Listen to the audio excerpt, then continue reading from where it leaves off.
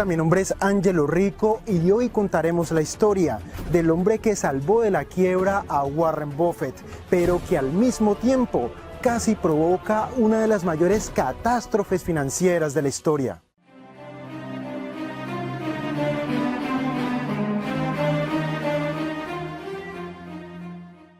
Como comentamos al principio, hoy vamos a contar la historia de la Long Term Capital Management, el hedge fund más grande de todos los tiempos y al mismo tiempo el de mayor éxito y el mayor fracaso financiero. Pero esta historia no comienza en el año de 1994, fecha de la creación de la LTCM, como le llamaremos a partir de este momento. Esa historia comienza verdaderamente antes de la década de 1980 con John Meriwether, una de las grandes leyendas de Wall Street. John termina la universidad y entra a trabajar a principios de los 80 en la Salomon Brothers. Salomon Brothers era en aquel momento uno de los grandes bancos de inversión en los Estados Unidos.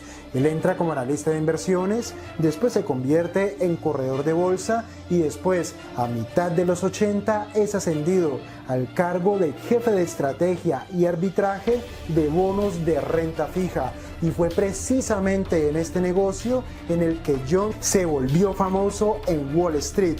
Él se convirtió en leyenda por sus operaciones especulativas con bonos del Tesoro de los Estados Unidos. Se convirtió en leyenda por su trading, por el arbitraje que realizaba y ejecutaba con este tipo de bonos. Salomon, a mitad de los 80, llegó a convertirse en el banco de inversión más grande de Wall Street y se convirtió en el banco de inversión más poderoso precisamente por sus operaciones de posición propia con bonos del Tesoro de los Estados Unidos y ejecutándolas como market maker. ¿Qué es posición propia? Posición propia son las operaciones que hacen los bancos de inversión o las casas de intermediación bursátil con su propio capital. ¿Qué es un market maker?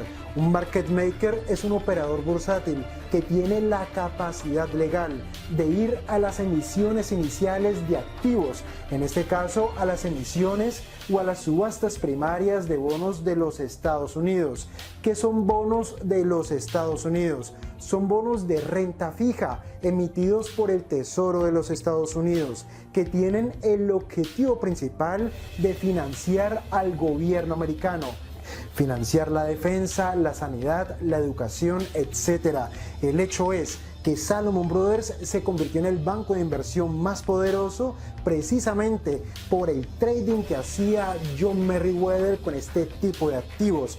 John es ascendido al cargo de vicepresidente de inversiones en el año de 1988 y en el año de 1987 entra en escena Warren Buffett. Hasta ese momento un total desconocido para el gran público y lo hace con una jugada maestra, comprando un paquete de acciones por valor de $700 millones de la Salomon Brothers. En aquel momento esto equivalía a un 12% del capital accionario de Salomon. Y con esta inversión Warren Buffett hizo lo mismo que hace con todas sus inversiones, invertir y alejarse, permitiendo que los administradores hagan lo que tienen que hacer sin tener interferencia. Sin embargo, el descanso de Warren Buffett duró poco, porque en el año de 1991 se destapa el escándalo que terminó por hundir a Salomon Brothers y que hundió por primera vez a John Meriwether. ¿Qué fue lo que ocurrió? Uno de los traders de la posición propia de Salomon hizo operaciones fraudulentas con bonos de los Estados Unidos. Como market maker, los operadores solamente pueden realizar compras por máximo un 35% de las emisiones en las cuales están participando. Sin embargo, este operador de Salomon realizó compras superiores a un 55% de dichas emisiones, excedió todos los límites. ¿Qué fue lo peor de todo esto? Que cuando detectó este supuesto error, intentó ocultarlo, contabilizando estas transacciones a nombre de cuentas de clientes de la compañía sin que estos lo supieran. Los gestores se enteraron de todo pero hicieron cosas que para el mercado bursátil son gravísimas.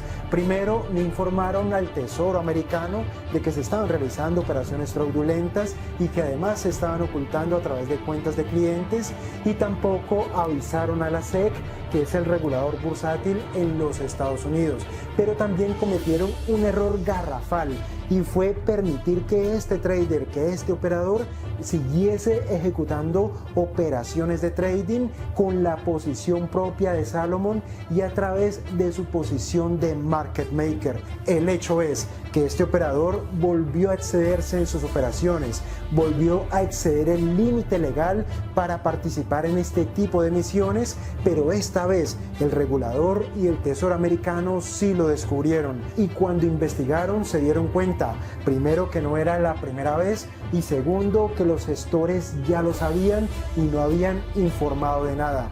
Cuando el jefe principal de Salomon Brothers llama a Warren Buffett y le dice dos cosas: la primera, que él va a renunciar, que él tiene que renunciar; la segunda, que le solicita a Warren Buffett, primero, que asuma las funciones de CEO, es decir, de jefe principal, y que con su prestigio intente salvar a las Salomon Brothers.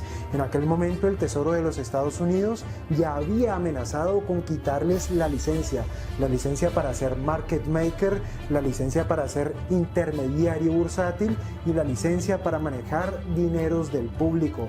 Warren Buffett no tuvo más remedio que aceptar e inmediatamente utilizó sus contactos y utilizó todo su prestigio para salvar a las Salomon Brothers y, por supuesto, salvar su propia inversión. El hecho es que lo primero que hizo Warren Buffett fue despedir a todo el mundo, comenzando por John Meriwether. Sin embargo, John Meriwether, a pesar de que muy probablemente fue quien ocasionó todo este problema, al mismo tiempo fue el que se puso hombro con hombro al lado de Warren Buffett para solucionar este problema. Hubiese sido muy difícil, y esto lo ha comentado Warren Buffett en muchas ocasiones, hubiese sido muy difícil salvar a Salomon Brothers si no hubiese sido por el trabajo de John Meriwether. Por lo tanto, John es despedido en el año de 1991 y aquí es donde comienza la verdadera historia.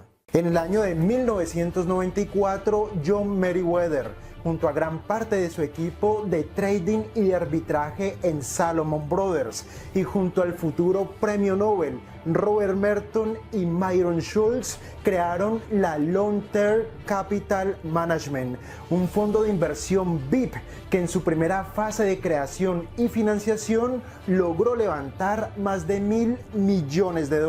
Era un fondo VIP porque la inversión mínima era de $10 millones. Fue fácil levantar este capital para la LTCM, dado el gran prestigio que como trader tenía John Meriwether, a pesar del desliz ético en Salomon Brothers.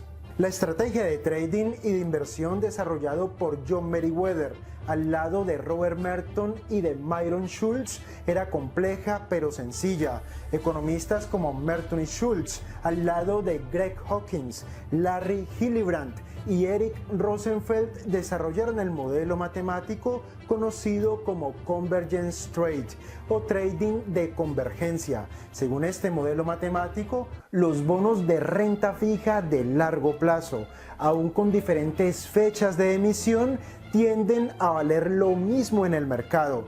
¿Qué quiere decir esto? Que tienen una fuerte correlación.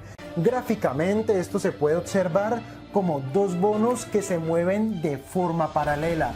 Tienen una alta correlación. Según este modelo matemático, en el corto plazo pueden ocurrir situaciones de divergencia en los precios. ¿Qué quiere decir esto? Que en el corto plazo y temporalmente la alta correlación se pierde. Gráficamente esto se puede observar como precios que se mueven en dirección contraria. John Meriwether encontró que en los momentos en los cuales ocurrían estas situaciones de divergencia en los precios, significaban una gran oportunidad de trading y de inversión, y a esta oportunidad John Meriwether le denominó operativa long short. ¿Qué quería decir una operativa long short? que al mismo tiempo nosotros podríamos estar largos en una de las referencias, específicamente en la que cae de precio, y podríamos estar al mismo tiempo cortos en la otra referencia, específicamente en la que está subiendo de precio. Yo podría estar largo en esta y estar al mismo tiempo corto en la otra. Claro, si la teoría del Convergence Trade es la correcta, esto lo que quería decir es que yo podría obtener beneficios al mismo tiempo de las dos puntas. Beneficios en mi posición larga y beneficios en mi posición corta, porque estamos hablando de bonos que tienden a estar fuertemente correlacionados, que tienden a moverse de manera paralela. El único problema con este tipo de operativa es que los márgenes son muy pequeños, es decir, los momentos en los cuales ocurre la divergencia de precios, esta diferencia es muy pequeña. Por lo tanto, la operativa long short no es una operativa de margen, sino que es una operativa de volumen. En términos de especulación y de trading, cuando hablamos de volumen, estamos hablando de apalancamiento. Apalancamiento significa que yo pido dinero prestado al mercado para continuar operando. El hecho es que el modelo matemático desarrollado por Merton y Schultz era muy robusto y cabe decir que fue el origen del modelo Black-Scholes, a través del cual se valoran derivados financieros y por el cual Robert Merton ganó el premio Nobel más adelante. Entonces tenemos un modelo matemático y econométrico robusto, unido a la gran experiencia de John Meriwether en los mercados de renta fija global. Esta combinación de factores condujo a que la LTCM obtuviese altos rendimientos, incluso mayores al 40% por año entre 1994 y 1996. Era una estrategia de trading y de inversión prácticamente infalible, que los llevó en su momento de apogeo a controlar el 5% de la renta fija global y a transformar en ese corto periodo de tiempo los 1.000 millones de capital inicial en más de 7.000 millones de dólares. Hasta el año de 1997 todo fue de maravilla para la LTCM y para ese momento era la máquina de creación de dinero jamás creada por Wall Street. En ese año se apreciaron síntomas de agotamiento, ya que solo obtuvieron rendimientos de un humilde 27%. Aquel año intentaron mostrar solvencia y ganar nuevamente la confianza del mercado, devolviendo a sus accionistas 2.700 millones de los 7.000 acumulados a esa fecha, decisión que más adelante lamentarían. En 1997 comenzaría una de las grandes crisis económicas de la historia, que provocaría unos efectos en los mercados financieros que eran infinitesimalmente improbables desde el punto de vista estadístico. En ese momento, año de 1997, ocurre una fuerte caída en los precios del petróleo y Rusia, que era uno de los grandes productores del mundo, se vio obligada a devaluar el rublo. Pero, ¿qué es una devaluación cambiaria? En el caso ruso de 1997, una devaluación cambiaria ocurre por la fuga de capitales de corto plazo, también conocidos como capitales golondrina, por lo cual la moneda local, en este caso el rublo, pierde valor. En la práctica, los agentes económicos venden rublos para comprar otras monedas más fuertes y todo lo que se vende en exceso pierde valor. Por esto se le denomina devaluación. Una devaluación brutal del rublo hace imposible que Rusia pague su deuda externa, ya que como por arte de magia y a causa de la devaluación de su deuda denominada en dólares, ahora esa misma deuda vale el doble o incluso el triple. A esta salida de capitales que acabo de describir se le denomina flight to quality o vuelo hacia la calidad, y ocurre porque los inversionistas cambian una moneda débil, perteneciente a un país débil, por una moneda fuerte de un país fuerte.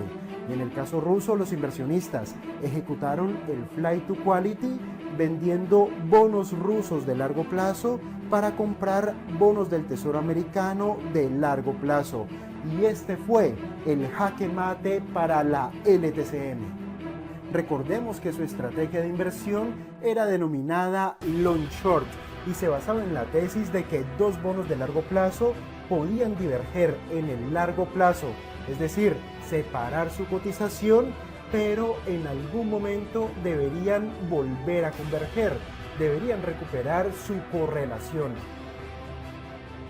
En el caso de la crisis rusa, esta correlación nunca se recuperó, por lo menos no en el corto plazo, sino que por el contrario, los precios de los bonos rusos se separaron cada vez más del precio de los bonos del Tesoro americano de los Estados Unidos. ¿Qué quiere decir esto? Que la LTCM sufrió pérdidas por sus operaciones largas y también sufrió pérdidas por sus operaciones cortas, y esto la sepultó bajo toneladas de pérdidas.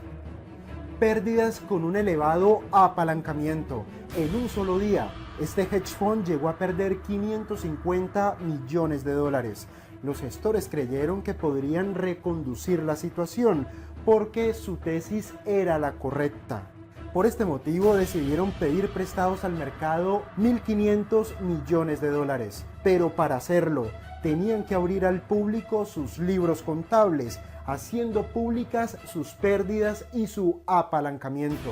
Nuevamente los cálculos fueron equivocados. Cuando el mercado revisó los libros y observó su elevado apalancamiento, entró en pánico y todo el mundo comenzó a retirar dinero de la long term. La situación era tan caótica que en algún momento la LTCM únicamente tenía 1.000 millones de dólares propios para respaldar operaciones con derivados financieros equivalentes a 100.000 millones de dólares. Ante esta situación, la Reserva Federal inyectó 3.600 millones de dólares de un pool de 14 bancos, por el 90% del valor de estas operaciones. 2 años después, la LTCM entraría en liquidación.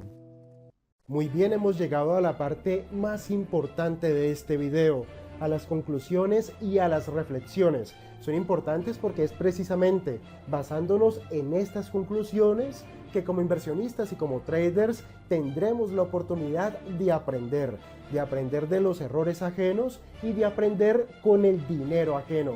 Recordemos que estamos hablando de John Meriwether, para la época uno de los traders con mayor reputación en Wall Street. Pero también estamos hablando de Robert Merton, un futuro premio Nobel de Economía.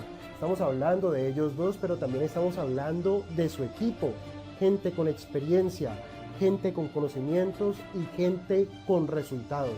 Ellos desarrollaron un modelo matemático y un modelo econométrico sobre el cual basarían todas sus decisiones de trading y de inversión. Ese modelo matemático asignaría distintas probabilidades a distintos eventos o fenómenos económicos. Este modelo matemático y modelo econométrico sobre el cual basaban sus decisiones de trading y de inversión era muy robusto, tenía un gran fundamento, se basaba en la experiencia, se basaba en su conocimiento y se basaba en sus resultados. Entonces esto nos lleva a la primera conclusión. Ellos creyeron 100% en su estrategia, ellos creyeron 100% en el modelo sobre el cual basarían sus decisiones, y esto nos lleva a la segunda reflexión. Basados en la certidumbre de este modelo matemático, ellos ejecutaron operaciones y transacciones con excesivo apalancamiento. Claro, ellos sentían y comprendían que este modelo era robusto, que era efectivo, que tenía fundamento, que las probabilidades de fallar eran realmente ínfimas. Basados en esa creencia, sus operaciones tenían excesivo apalancamiento, eran excesivamente grandes cuando se comparaban con el capital propio, con el dinero propio. Y esto nos lleva a la tercera reflexión. Incluso cuando comenzaron a enfrentar fuertes pérdidas, ellos no ejecutaron el stop loss. ¿Por qué no ejecutaron el stop loss o por qué no limitaron las pérdidas? Porque ellos tenían una fe ciega en su modelo, ellos tenían una fe ciega en su estrategia, ellos creían ciegamente que el mercado les daría la razón y que por lo tanto no tenían motivos para ejecutar las pérdidas y para salirse del mercado. Si lo pensamos, son los mismos errores que cualquier trader y cualquier inversionista, pequeño o mediano, comete con demasiada frecuencia. Estamos hablando de la Long Term Capital Management, el Titanic de los hedge funds, el hedge fund más grande de todos los tiempos. Y estamos hablando de que a la cabeza teníamos a personas con conocimiento, con experiencia y con resultados. Y a pesar de esto, cometieron los mismos errores que cometen los traders y los inversionistas novatos. Creen ciegamente en su estrategia, creen que ellos tienen la razón, creen que el mercado está equivocado. Basados en esa creencia, se apalancan excesivamente, asumen excesivos riesgos y basados también en esa creencia, no ejecutan el stop loss porque creen que en algún momento el mercado les dará la razón. Muy bien, hemos llegado al final de esta historia. Este es nuestro primer video de una nueva sección que se denomina Invertir Aprendiendo. El objetivo principal es que todos aprendamos de la experiencia, es que todos tengamos la oportunidad de aprender de los grandes casos de éxito financiero, pero también de los grandes casos de fracaso financiero. Todos los domingos publicaremos una nueva historia. Si no te la quieres perder, te sugiero, primero, suscribirte a nuestro canal, segundo, darle clic a la campanita que está al lado de suscribirse, así no te perderás ninguna de nuestras actualizaciones. También te agradezco darle clic a me gusta y compartir este contenido. Me despido, soy Angelo Rico, muchas gracias por tu paciencia y por tu atención, hasta la próxima.